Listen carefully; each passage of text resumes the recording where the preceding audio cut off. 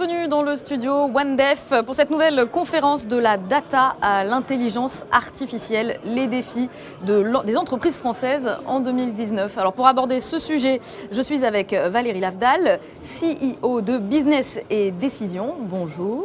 Bonjour. Et Mick Lévy, directeur de l'innovation chez Business et Décision. Bonjour. Bonjour. Alors merci à tous les deux d'être avec moi pour traiter de ce sujet.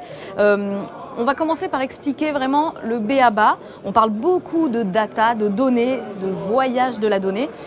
Pourquoi est-ce que c'est un enjeu important aujourd'hui pour les entreprises ?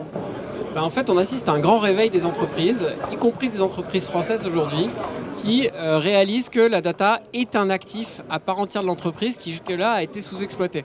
On dit que la data, c'est le pétrole du XXIe siècle, et nous, chez Business et Décision, on milite pour faire comprendre aux entreprises que chacune d'entre elles peut se transformer en entreprise pétrolière Elle a des données, donc chaque entreprise maintenant se doit de les raffiner et de créer des usages, de créer de la valeur par ces données, et il y a un potentiel qui est gigantesque. C'est ce qu'on va voir, je pense, dans la suite de la discussion aussi. Oui, vous parlez d'actifs immatériels peu exploités. Exactement. Voilà, l'enjeu est un enjeu de création de valeur. Aujourd'hui, l'ensemble des entreprises ont des gisements de données non exploités. Elles peuvent l'utiliser pour faire plus de business, pour mieux le faire et pour créer du nouveau business. Et c'est ce qu'on constate aujourd'hui dans tous les clients qu'on accompagne. Alors faire du business dans 4 dimensions que vous appelez more, better, right et new. Vous pouvez nous expliquer tous ces anglicismes ? Donc faire plus de business parce qu'on connaît mieux ses clients, qu'on est capable de personnaliser, donc mieux adresser leurs demandes. Donc ça c'est le more. Voilà, c'est le more. Better. Le better, le faire mieux en adressant les bonnes offres au bon moment, aussi en utilisant des données externes comme celle de l'IoT par exemple, qui permettent de mieux cibler des campagnes. Toute la mobilité. Et toute la mobilité, exactement, d'utiliser toutes les nouvelles technologies pour ça. Le faire bien, donc le right. The right. Là, c'est les sujets de compliance. Donc, nous avons une très forte expertise dans le domaine bancaire qui est très embêté par les régulateurs, comme sont d'autres business. Et donc là, ils ont besoin de répondre à tout un tas de traçabilité, tout un tas de sujets. Et donc, ils ont besoin de se conformer à des normes. Et là, on peut les y aider en mettant à disposition tous nos outils. Et pour finir, on a le new. Et alors le new, évidemment, en faisant des analyses en faisant interagir l'ensemble des sources de données, qu'elles soient externes ou qu'elles soient internes, puisque très souvent on utilise les internes mais on ne va pas chercher les données externes. Et là, on peut découvrir de nouveaux usages à destination de nos clients. Très bien, je comprends. Quel conseil on pourrait donner en 2019 à une entreprise qui veut se lancer dans cette exploration de la data et à qui ça peut faire peur ? Alors, on pourrait leur conseiller déjà il faut qu'il y ait une prise de conscience au plus haut niveau des entreprises. C'est des ambitions qui doivent être portées par la direction générale parce que c'est des sujets très impactants. Et il faut que ces entreprises, elles se posent des bonnes questions parce que utiliser ces données, c'est une chose, mais il faut poser des bonnes questions, notamment si on parle d'intelligence artificielle ou ce type de sujet. Pour avoir une bonne réponse, il faut adresser les questions nécessaires sur la problématique que se pose l'entreprise. D'accord. Donc, ça peut être de différents ordres. On comprend donc que c'est quand même une stratégie lourde à mettre en place, assez compliquée, et en tout cas une stratégie d'ambition pour une entreprise. Mais vous allez aussi nous donner des petits trucs qui vont un petit peu aussi désacraliser la chose, qui vont nous expliquer. C'est justement pas des projets lourds. Voilà. C'est pas lourd. Non, comment on va poser, faire ? c'est une ambition. Ça, c'est extrêmement important. On voit que les entreprises qui réussissent le plus sont celles dont il y a une ambition globale à transformer la data en actif et donc à la traiter en tant que telle. Quand on a une ambition auprès d'un actif, c'est comme pour tout actif, on se donne des outils, on met en place une équipe, on met en place des processus pour les gérer, et bien il faut considérer la data exactement de la même manière. Une fois qu'on s'est donné cette ambition, il faut commencer par des petits projets qui sont très visibles et qui vont amener de la valeur très rapidement. On a par exemple déployé un chatbot chez un assureur. Chatbot, vous pouvez quand même décrypter. Un chatbot, effectivement, c'est ce qu'on appelle un agent conversationnel en meilleur français.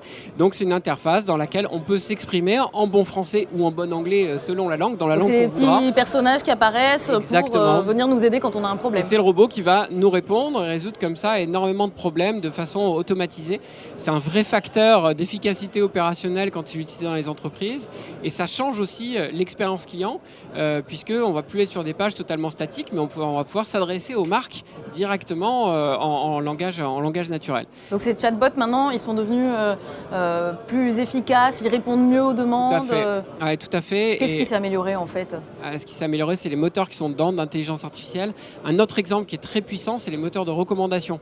Donc on les connaît tous, quand on va sur Amazon, qu'on achète un livre de Marc Lévy au hasard, il nous propose un livre de Guillaume Musso. Totalement au hasard. Il n'y a personne qui est venu câbler et qui est venu mettre une règle en disant Marc Lévy, c'est Guillaume Musso qui correspond. C'est l'intelligence artificielle qui l'a déterminé par elle-même. Et Amazon déclare faire environ 20% de son chiffre d'affaires grâce à ces rebonds sur les moteurs, sur les suggestions. Et ça, on peut l'appliquer à tous les secteurs. Nous, on a mis en place dans des secteurs marchands, ça apporte énormément de valeur. On a même mis en place dans des banques qui ont vu leur taux de vente rebond grimper de 30%, ce qui est exceptionnel dans le dispositif.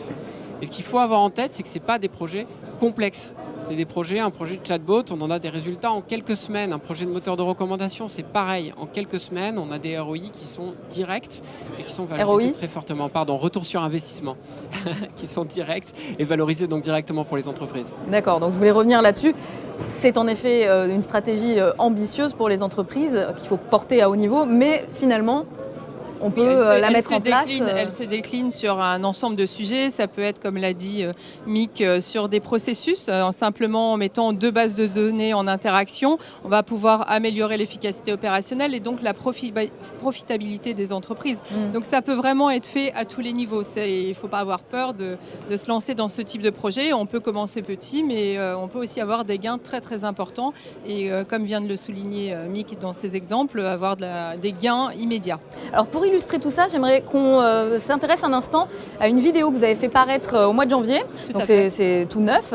Et en fait, vous pointez les 7 points clés, les 7 points chauds, vous appelez ça, de la data, de l'intelligence artificielle pour 2019. C'est un peu votre carte de vœux pour 2019 en fait. C'est ça, c'est notre carte de vœux, mais une carte de vœux un peu intelligente qui cherche à amener de la valeur pour donner un peu un guide aux entreprises, des sujets clés sur lesquels ils peuvent travailler pour valoriser leurs données en 2019. Alors on va regarder tout de suite, ça va nous donner une meilleure idée.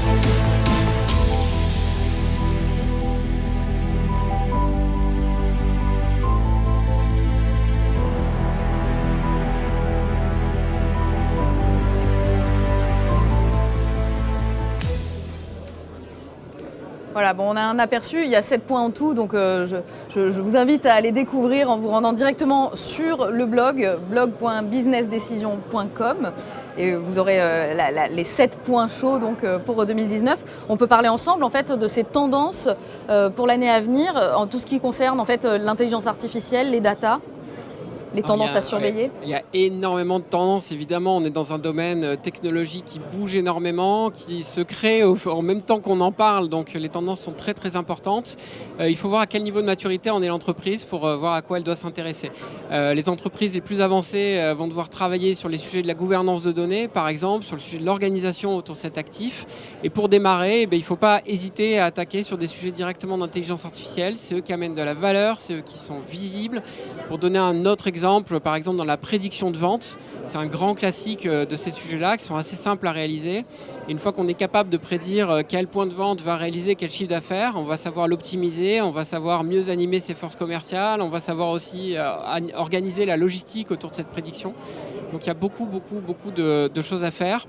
Il y a une tendance aussi pour toutes les entreprises sur laquelle il faut beaucoup travailler, c'est l'ouverture des données au sein de l'entreprise, le self-service, et qu'un ensemble assez large de collaborateurs puissent accéder, exploiter pour de l'analytique les données.